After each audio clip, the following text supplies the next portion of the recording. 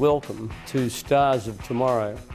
2006 promised so much for soccer here in Australia, particularly with the Socceroos playing in the World Cup in Germany.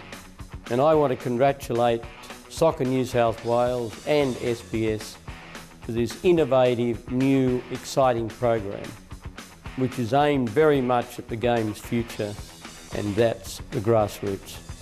On today's show, we talk to Matilda Pocket Rocket, Kelly Golubiowski.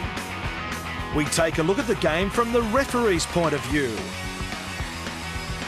And coaching by the Surf. We scope out a football academy run by former Argentine international Hector Martinez. But right now, it's time to net a child prodigy by the name of Panos Armenakis.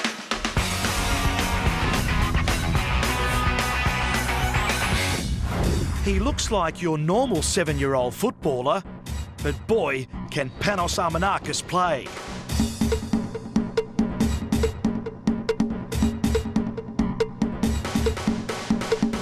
Panos is a rare talent, one which has been nurtured by former Socceroo Jim Patikis, a man no stranger to reaching the top levels of the game. He's got extraordinary vision in his game for a 7.5-year-old boy. If you see the passes that he does, the through balls that he gives, and Panos has got one of the best left footers going around for any age. Jim Patikis, who's been his coach since he was 3.5, he saw something in him. We where it was going to go. Then when from overseas were telling us what he had, it was still hard for us to digest it. But then when he went to Barcelona and my husband got to see him with the European kids, it was at that point that we realized he has something to go further. Panos has been coached by Patikis since he was 3. His natural talent was obvious. At 4, he was playing with and against kids 2 years above his age group. I look for setting up mostly plays, not mostly scoring goals. Sometimes I want to score goals, but mostly setting up plays. His first year, I thought he sort of stood out, but it's always tough because some kids sort of stand out more than others at an early age. I think the validation was the opportunity that he had with Barcelona, training with their under-8s and just getting some very positive feedback from him that he compared very well to some of the best that Europe has. This year, Panos is lining up with the Abbotsford under-9 side in the Canterbury District competition in Sydney.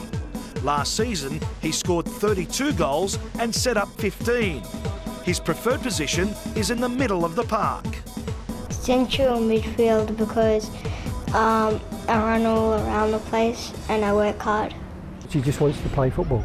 That's it. That's all he ever does. 24 hours a day, play, play, play. He doesn't want to play anything else. He just works and works and works and works.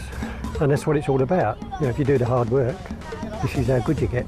What you get from young Panos is total commitment and an uncanny knack of scoring goals.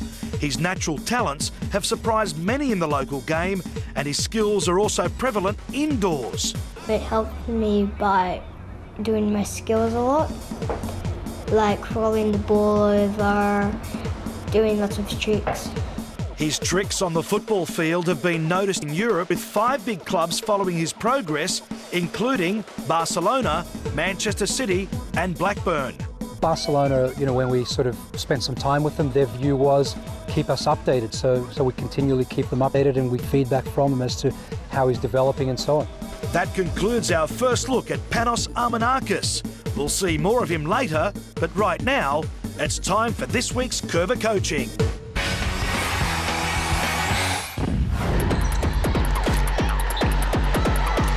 If there are any doubts about the potential of 7-year-old Panos Armenakis, they were dispelled last year when he was invited to train with the famous Barcelona under-8 academy side.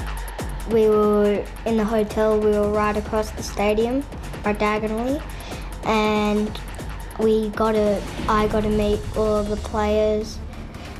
When I met Ronaldinho, he was very tall. I got to train with the under-8s. And it was really cool because right where the stadium was, there was in the stadium there was about 18 1,000 seats. Panos impressed to the point where Barcelona are keeping close tabs on him. It's not every day such a young player gets the chance at one of the biggest clubs in the world. Panos also trained with the Manchester City and Blackburn Academy sides. I saw Man City v Liverpool. Liverpool won 1-0. Did Harry Kewell play? Yes. Who's your favourite Socceroo? Oh, I have two of them, Lucas Neal and Viduka. While he is committed to the game, his schooling is very important. Attends the famous Scots College in Sydney. It's really fun. My favourite subject is maths, and at school we have maths groups, and I'm in the top maths groups.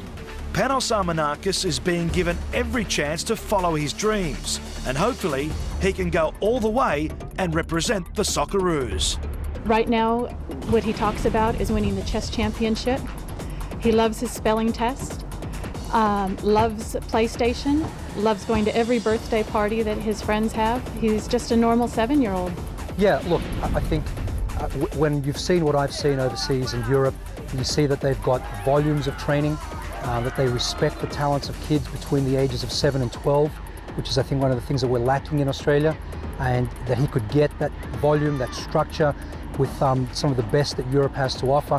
Why not give him a shot at that? Whether he ever makes it or not, from my perspective right now, is probably totally irrelevant. His real gift in football is what we've been told by Barcelona and other clubs that he's visited, is he reads the game, and that's not something you can teach. He sees it, and he knows how to make those plays. What do you want to do when you get older? For my country, I would like to play for the Socceroos. For my club, it'll be hard. Barcelona, Arsenal, all different kinds of clubs. What about the A-League in Australia? I would play for Sydney FC.